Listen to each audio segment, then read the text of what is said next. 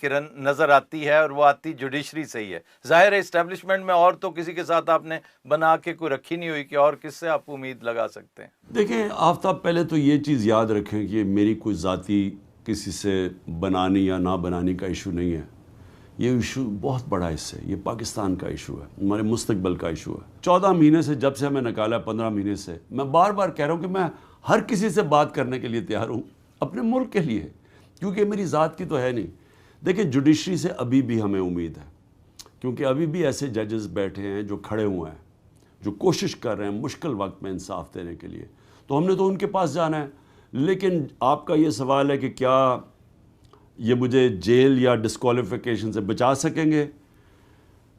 کہہ نہیں سکتا. میں تو مینٹلی پریپیئر ہوں کہ دونوں کریں گے، جیل میں بھی ڈال دیں گے، ڈسکوالیفائی بھی کریں گے. میں ذہنی طور پہ تو تیار ہوں اس کے لیے، لیکن بہرحال آخری گیند تک مقابلہ تو کرتا رہوں گا. نہیں، اعصاب کی لڑائی میں تو اب تک آپ نے پروو کیا ہے کہ آپ واقعی سٹیل نروز جو آپ کے کہے جاتے تھے وہ ویسے کے ویسے ہیں. دیکھیں یہ سوال میرا چوتھا پانچواں تھا، چھٹا تھا غالباً، لیکن آپ نے اس کو خود موقع دے دیا تو مجھے پوچھنا پڑ رہا ہے. آپ کہہ رہے ہیں نا کہ میں نے تو ہر ایک سے بات کرنا چاہی پاکستان کی خاطر، کیونکہ پاکستان فوقیت ہے، اولین ہے. چند دن پہلے میں چونکہ ملک سے باہر ہوں اور میں اس قدر باریک بینی سے چیزیں نہ دیکھ پا رہا ہوں، نہ میری ایکسیس ہے خبر کی دنیا تک، لیکن مجھے محسوس ہوا کہ آرمی چیف نے معیشت کی بحالی بارے بات کرتے ہوئے تمام سٹیک ہولڈرز کو یکجا ہونے کی ترغیب دی تھی. نہ جانے کیوں مجھے لگا کہ ان کا مخاطب آپ تھے، کیونکہ باقی سارے کے سارے سٹیک ہولڈرز ان کے ساتھ کیا بلکہ ان کے پیچھے ہیں، پیچھے. تو اس میں کوئی خیر سگالی کا عکس نہیں نظر آیا آپ کو؟ کوئی گڈ ول نظر نہیں آئی آپ کو؟ آفتاب، پہلے تو ایک چیز کہہ دوں کہ میں کیوں اس سارے پریشر میں مطمئن ہوں، کیونکہ مجھے پتہ ہے میں نے کوئی غلط کام کیا ہی نہیں ہے. نہ مجھے پتہ ہے میں نے یہ توشہ خانہ یا یہ جو القادر، یعنی جو میرے اوپر یہ کیسز ڈال رہے ہیں یا جو میرے اوپر 9 مئی کے کیس ڈال رہے ہیں، مجھے پتہ ہے میں نے کوئی غلط کام نہیں کیا. میں ساری زندگی قانون کے اوپر چڑھا ہوں اور میری قوم مجھے 50 سال سے جانتی ہے. دیکھیں آپ نے یہ جو بات کی نا اس چیز کی کہ آگے وے فارورڈ کیا ہے، مجھے یہ سمجھ نہیں آ رہی کہ کیا اکانومی اس ملک کی کبھی کھڑی ہو سکتی ہے کہ یہ کہیں جی ہم سارے اکٹھے ہو کے کام کریں. کبھی اس طرح بھی اکانومی ٹھیک ہوتی ہے؟ دنیا میں ذرا پہلے دیکھ لیں کہ جو اکانومی جن دنیا میں اوپر گئی ہے تو ان ملکوں نے کون سا راستہ لیا ہے. سب سے مثال سنگاپور کی ہے. سنگاپور ہمارے ساتھ ہی تھا آج سے کوئی 55-60 سال پہلے.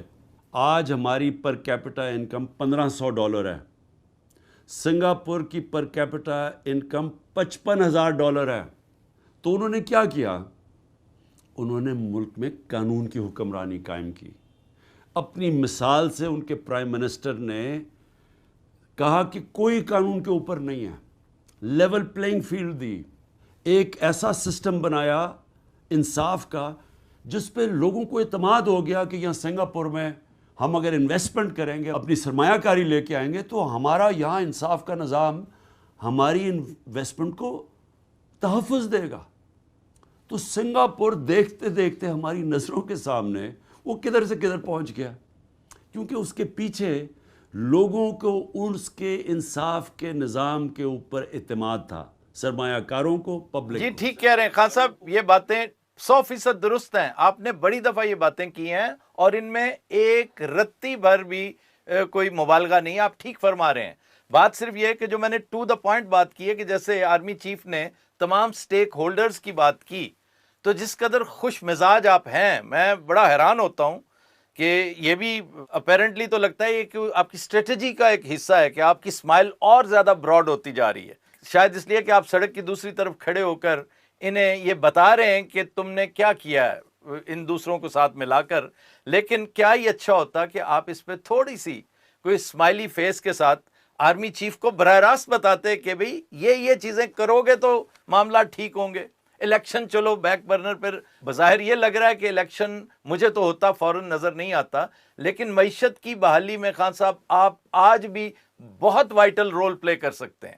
آپ اگر والنٹیرلی کہیں کہ میں معیشت کی بحالی کی پہلی اینٹ رکھنے کو تیار ہوں پاکستان کی خاطر، تو اس میں کیا حرج کیا تھا؟